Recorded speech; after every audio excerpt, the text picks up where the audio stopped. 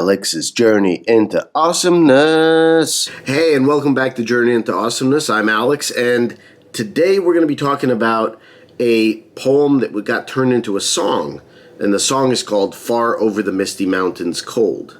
Now, I'm looking at the complete edition, and, I can sing. I'm not the best singer in the world, but I'm going to give it a shot. And we'll do as much as we can here, and then we'll talk about it. Stand by. Far over the misty mountains cold, to dungeons deep and caverns old, we must away ere break of day, to claim our long forgotten gold.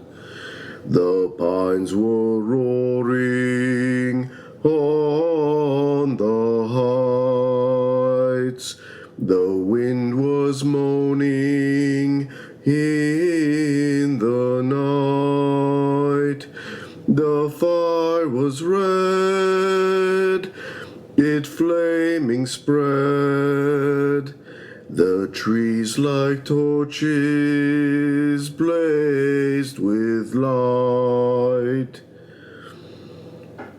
So it's two stanzas there. I think that's plenty. So let's talk about it. This is a song about the dwarves in the Hobbit version of the Middle-earth series. Not the Lord of the Rings per se, but the precursor, for those that don't know. The dwarves are lamenting here their lost gold. They used to have a kingdom under the mountain. Dragon came in and took it because they were...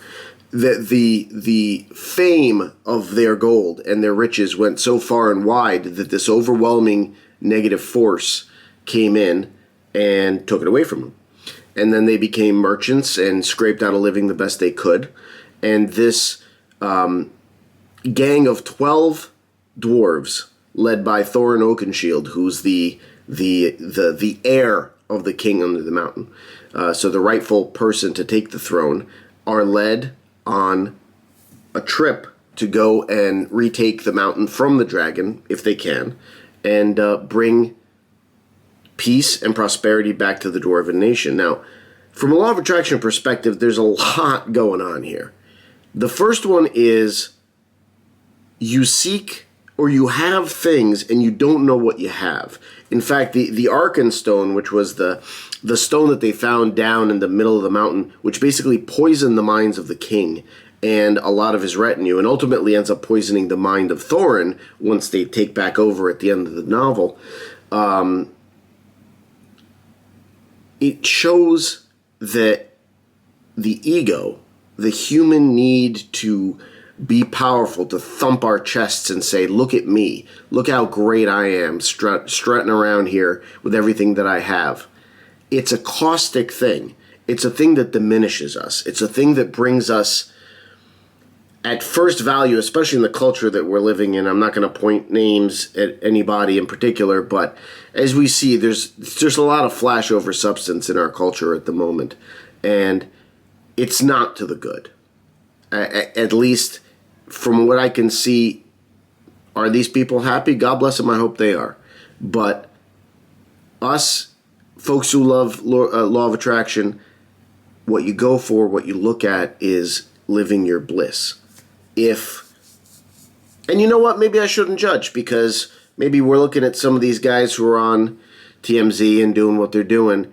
If that's their bliss, God bless. Follow your bliss. And if you want to manifest more of that, cool, man. Great. Now it's a personal matter of what it is that you want to manifest. So when that Arkenstone got involved, these guys started manifesting madness, and they put their attention on, instead of enjoying the beautiful things, the amazing things that they had there, all they could think of was, somebody's going to come and take this from me.